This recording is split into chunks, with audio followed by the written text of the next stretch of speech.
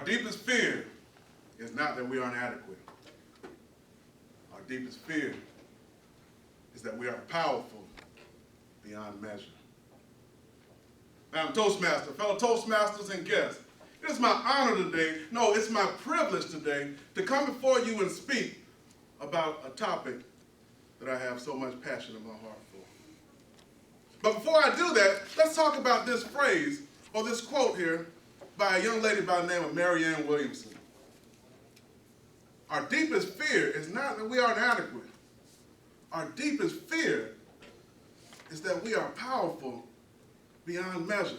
You see, as I've looked over my life, as I've looked over this life that we all live, I've seen one thing.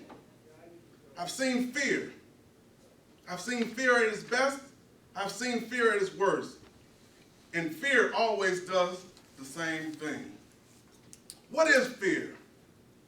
Some might say that fear is just no more than anxiety from something that we feel may be a threat or harm to us. Others might say that fear, by the acronym, is false evidence appearing real. So what does that mean? It means that fear starts here. Can I say that fear is not real? No, I can't say that. Because fear is something that is experienced by the person who's going through it. And if you tell that person that fear doesn't exist, they'll say, "Excuse me, ma'am," or "Excuse me, sir, you're kindly mistaken." Because the fear that I feel is real. But see, one thing I've learned about fear, in every case, it stagnates growth. It keeps us from being the best person that we can be. Fear, this fear, what is this fear that keeps us so engulfed, that keeps us from going ahead, that keeps us from becoming the great person that we were intended to be? Well, I'll give you just a little something to go by. Fear is something that we experience every day, but it doesn't have to be something that overtakes our life. We look at the opposite of fear, which is what I like to call the F word, because to me, fear is no option.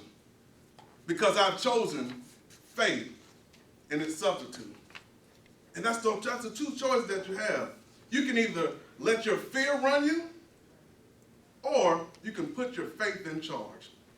For one thing we've learned, two things can't occupy the same thing at the same time. That means faith and fear can't occupy the same space at the same time. So you have to make up your mind today. Which one will you put in charge? So let's talk about faith for just a second. What is faith? According to Hebrews 11:1, faith is the substance of things hoped for, the evidence of things not seen. Or, in this case, you can use the acronym as well. A lot of people might not have heard it, but the acronym for faith is forsaking all, I trust him. Again, forsaking all, I trust him. And who is this him? To many people, it's different people, different things. Whatever you put your faith in, it's up to you. It's not for me to decide. But let me just give you an example of how we put faith into action. How many of us will go out to our cars after we get off work today, or after we leave this meeting, for some of us, jump in the car, turn the key, and drive off? How many people will do that? That's because you have faith in your tires.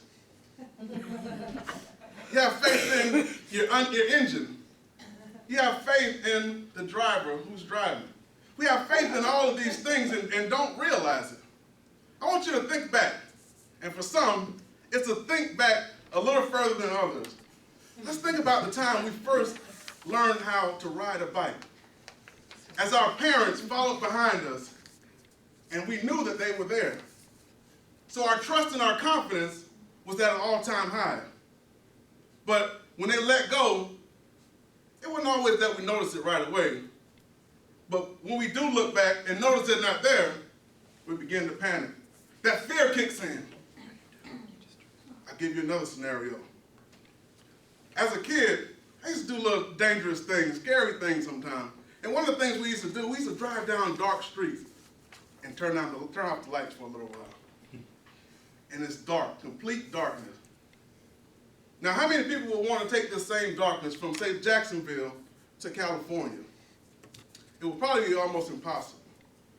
But there was an invention to give us the faith that we need. They're called headlights. You see, when we add the headlights, we're able to see 20 to 30 feet ahead of us. That darkness becomes light for those 20 to 30 feet in front of us. And as such, we're able to make the whole trip. Well, that's what faith is. Faith is not being able to see on the other side. Faith is being able to go through with just that 20 to 30 feet that we're able to see. And we realize that when we get to that next point, our view will change. We'll be given another 20 to 30 feet to work with. That's faith. You know, I love what Martin Luther King Jr. said about faith. He said, take the first step in faith. You don't have to see the whole staircase. Just take the first step. And you'll see, again, as you take that first step, your view will change. I love what Les Brown said about it.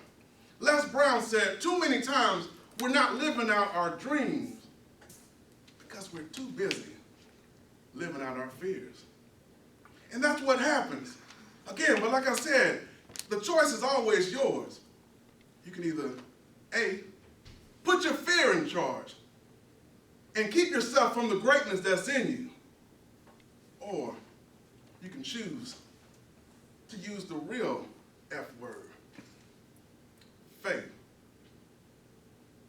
One of my favorite scriptures says, you were not given the spirit of fear, but power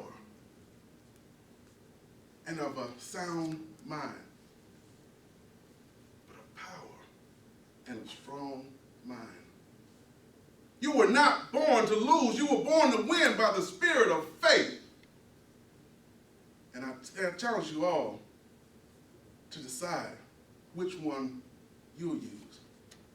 Will you use fear? Or will you use its opposite?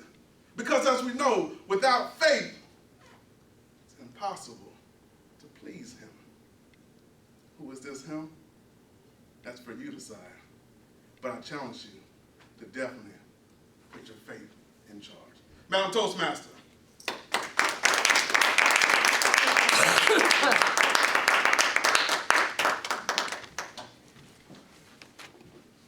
Now, I would like to introduce to you our